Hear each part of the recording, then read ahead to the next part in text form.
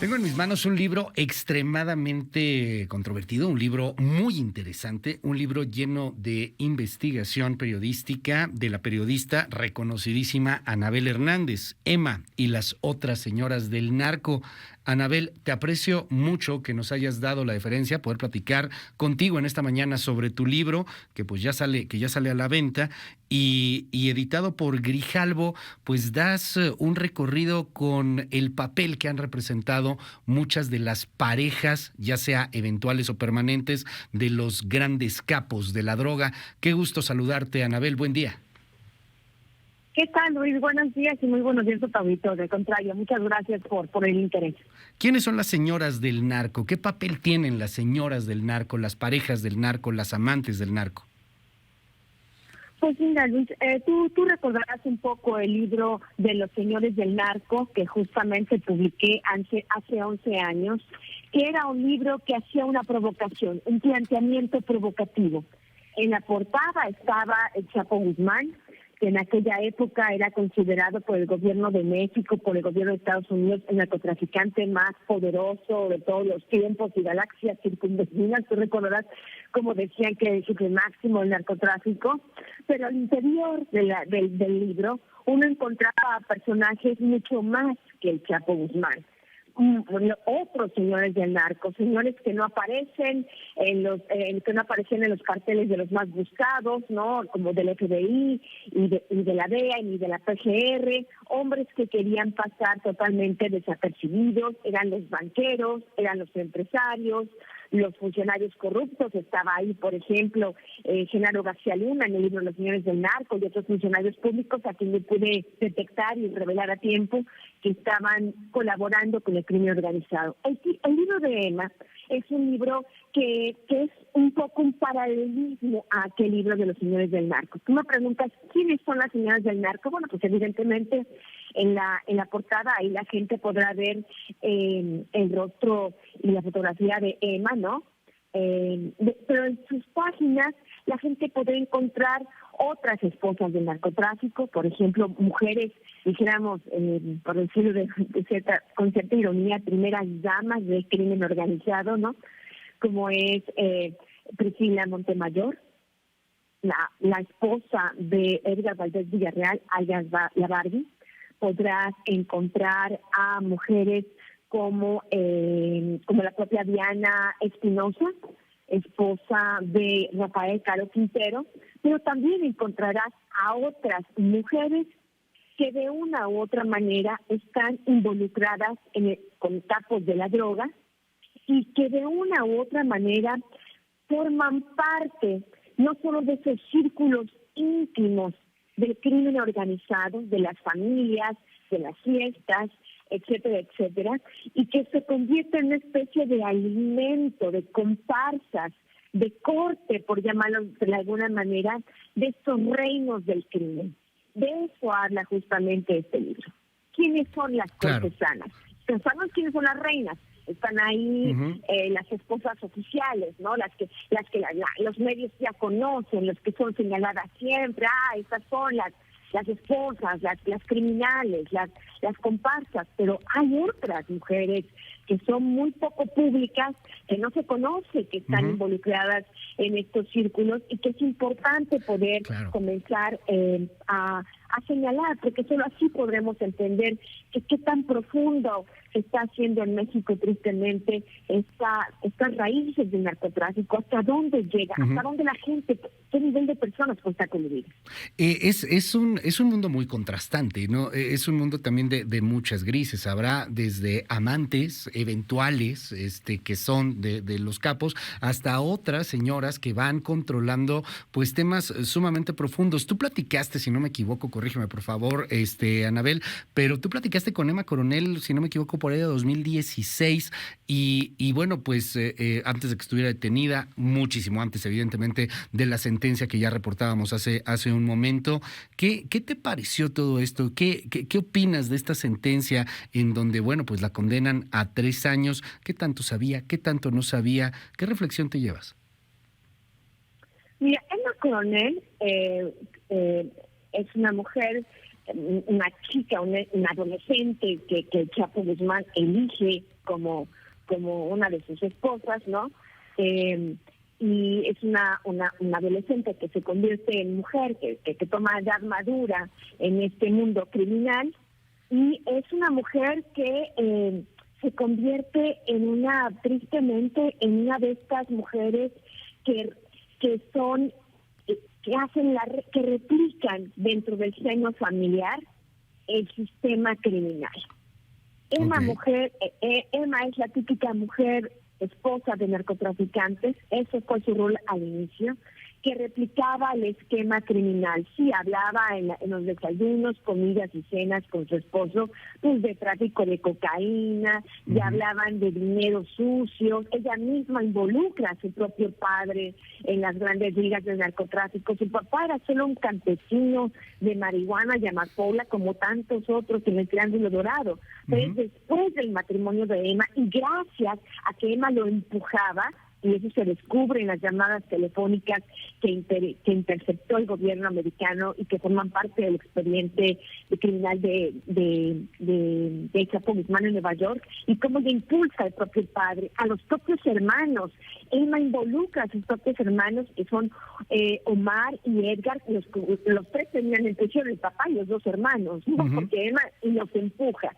Y después tenemos a Emma tolerando que Chapo Guzmán pues estuviera hablando de negocios criminales delante de sus pequeñas hijas. El propio Chapo quería regalarle a su hija de apenas 6 meses de nacida un AK-47 para que lo siguiera.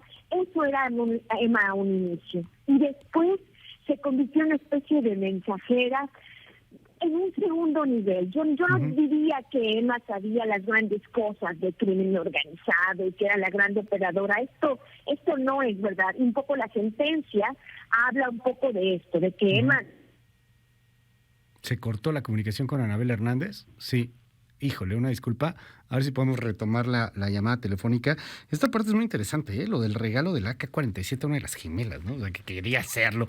Y hasta qué punto, porque es el gran debate también, pues terminan por ser víctimas o terminan por ser cómplices o terminan por ser malas, por entrar con un tema de malicia, o terminan por entrar con un tema pues más bien de ingenuidad. Yo creo que cuando eres la pareja del Chapo Guzmán o de la Barbie o de los Beltrán, pues está medio cañón que entres a un tema de ingenuidad, yo creo, ¿no? ¿Usted qué opina? Está muy bueno el libro, a ver si podemos retomar la comunicación. Se nos cortó por completo la llamada con Anabel Hernández y estamos platicando sobre su libro Emma y las otras señoras del narco. Hay una parte muy interesante del libro que pues está más o menos a la mitad, y es una serie de fotografías, obviamente la de Emma Coronel, después de que se casó con el Chapo, donde aparece ahí como una reina, que es la portada del libro, pero vienen también pues otras cosas. Por ejemplo, cuando el Chapo conoció a Emma en 2006, dice con una fotografía del Chapo Guzmán, él ya era un narcotraficante que había acumulado más poder incluso que Pablo Escobar. Y bueno, pues por ahí vienen algunas imágenes de Emma Coronel en aquel entonces. Vienen también imágenes de pues algunas celebridades del medio del espectáculo que pudieron haber estado involucradas con algunos narcotraficantes, como el caso de Arturo Beltrán Leiva, en el asunto de Ninel Conde, o escoltas de Arturo Beltrán Leiva, que afirman que el narcotraficante tuvo una relación de al menos 2 años con Galilea Montijo, a cuya hermana ayudaría a sacar de la cárcel, dice Anabel Hernández ahí en estas imágenes. Es un libro realmente sumamente interesante, me atrevo a decir un tanto adictivo, por todo lo que se va escribiendo al respecto. Querida Anabel, perdónanos, se nos cortó la comunicación por un momento. Discúlpame, sí, es que usted me estaba llamando a otro número y se me estaba llamando de que no. ¿Cómo de que no? Se nos cortó, perdóname. Nos decías entonces, o sea, Emma, sí sabía, pero al mismo tiempo no era, digamos, como la segunda cabeza después del Chapo Guzmán en el cártel Sinaloa. No, pero por supuesto que no, Okay. Luis. Este mundo de los carteles de la droga, por desgracia, si de por sí México es un país tan machista, tan misógino, Exacto, tan patriarcal, pues lo que viven estas mujeres las esposas, las segundas esposas, las amantes, las mujeres que entran y salen, realmente son cosas terribles, pues porque es un mundo machista al extremo, ¿no? Entonces Emma ocupaba un lugar de mensajera. Emma ocupaba un lugar, y ahí sí un poco más importante, cuando ella misma recolecta el dinero para pagar sobornos en el sexenio de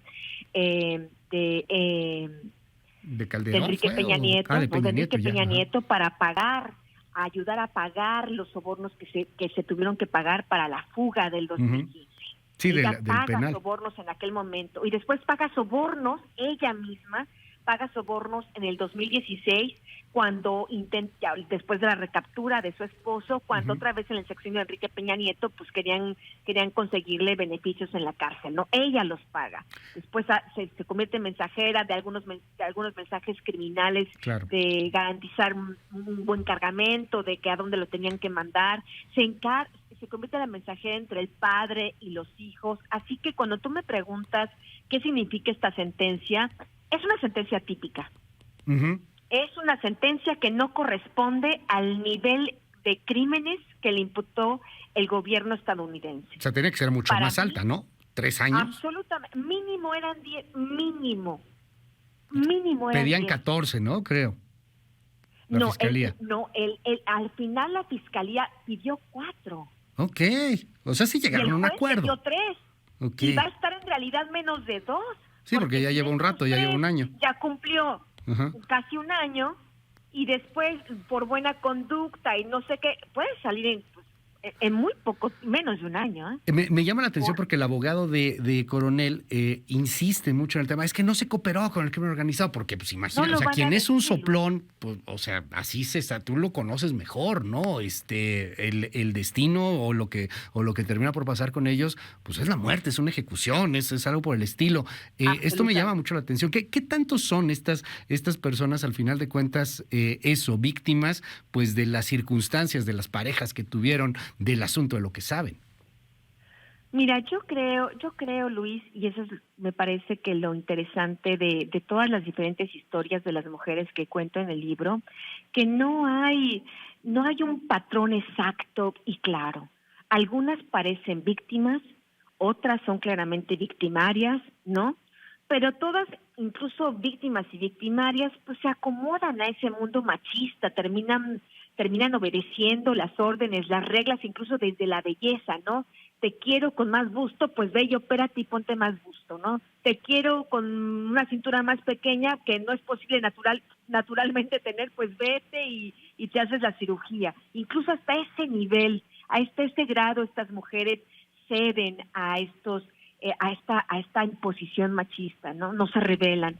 Por otro lado, pues tienen joyas, tienen dinero, ¿no? Tienen residencias y parece que viven como reinas, pero en realidad son más bien esclavas, tienen una vida miserable. Y para mí es importante narrar esto al lector, contar esto a la sociedad mexicana, porque muchas veces se hacen mitos falsos sobre solo qué tipo de mujeres pueden estar ahí, compartiendo sus vidas con los narcotraficantes, y se descarta otro tipo de mujeres pues que también están ahí circulando en nuestros círculos, ¿no? Que uno pensaría, pues estas señoras no tienen necesidad, tienen carreras artísticas, son grandes artistas. Por ejemplo, el caso de Lucha Villa. Luis, ¿qué pasó con donde él? Lucha Villa ya en el pináculo de su carrera, no una Lucha Villa que estaba comenzando, una Lucha Villa que ya tenía todo el éxito, que sabemos que tiene un talento real, pues ¿quién se le puede disputar el talento real que tiene? Todavía está en vida, ya mucho mayor, la señora Lucha Villa, cuando cantaba la música vernácula, ¿no? Bueno, pues en aquella época iba y se encontraba en una casa y se encerraba en una habitación por horas con Ernesto Fonseca Carrillo. Don Neto. Y después salía con joyas, con esmeraldas en los brazos, en el cuello, en las orejas, en los oídos, y salía muy feliz. Y uno se preguntaría, ¿por qué? Entonces, es un fenómeno que ha existido desde hace muchas décadas y que sigue existiendo. Mujeres que diría uno insospechadas, ¿no? Sabemos sabemos de Emma, vemos claramente a Diana Espinosa Aguilar, que incluso me dio también ella una entrevista sobre su situación con Caro Quintero, etcétera, etcétera, pero no conocemos a las otras. Entonces parece que unas son más culpables que las otras, cuando en realidad todas ellas forman parte de este alimento que nutre a estos narcotraficantes, Luis, porque ese es el problema. Esto no es una cuestión moralista o quién anda con quién. Esto no es un libro que se puede ver de manera minimalista o simplista. Yo no acepto esto. Quien esté buscando un libro de chisme, de morbo, que vaya a buscar otra cosa, porque este no es este libro. Este libro intenta ser realmente una exploración interna, la primera me parece que se hace en México, de cómo son en el núcleo íntimo, en el núcleo familiar, estos grupos criminales.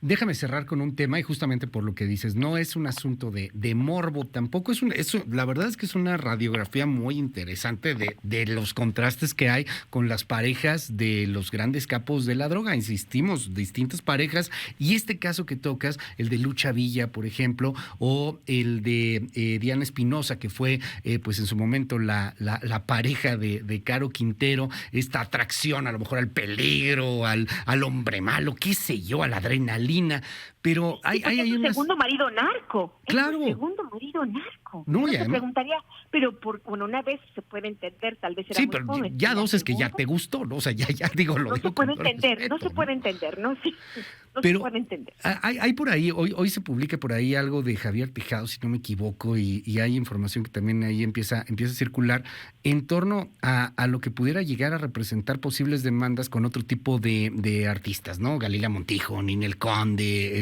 digamos, personalidades que están más vigentes en este momento. ¿Qué nos dices sobre ese tema? Hay quien dice que no es cierto, me están difamando, etcétera.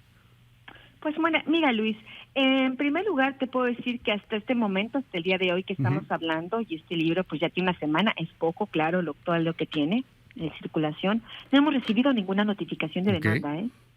Yo no sé públicamente qué digan las personas, y hay la libertad de expresión, por supuesto, ¿no? Pero jurídicamente, en la realidad, así, un documento sobre un escritorio no ha llegado. Sí, no hay absolutamente nada. Te lo digo con esta seriedad. No ha llegado. Pues vamos a Número uno. Claro. ¿Y Número dos, yo tengo toda la información perfectamente corroborada. Y no solo eso. Yo no sé si has seguido en estas últimas horas que algunos de los protagonistas de este libro ya comenzaron a hablar y ya comenzaron a admitir. Sí, que conocían a... Sí, y que sí andaban y que pues ni modo, pues que así es la carrera artística, ¿no? Pero es mejor que admitan. Yo pienso que como quiera que sea es mejor que admitan, porque así podemos como sociedad entender qué es lo que está pasando en México. Yo no estoy preocupada, Liz. Y entender yo que... hice un libro muy responsable y tengo todos los elementos. El 4 de diciembre es la presentación ahí en la FIL y voy a llevar algunas sorpresas. Vamos a estar muy atentos al tema. Anabel Hernández, te aprecio mucho estos minutos aquí en MBS. Al contrario, y Luis. Ahí el libro ya de Anabel Hernández, Emma y las otras señoras del narco. Gracias, Anabel. Muy buenos días. Un abrazo. Va de vuelta.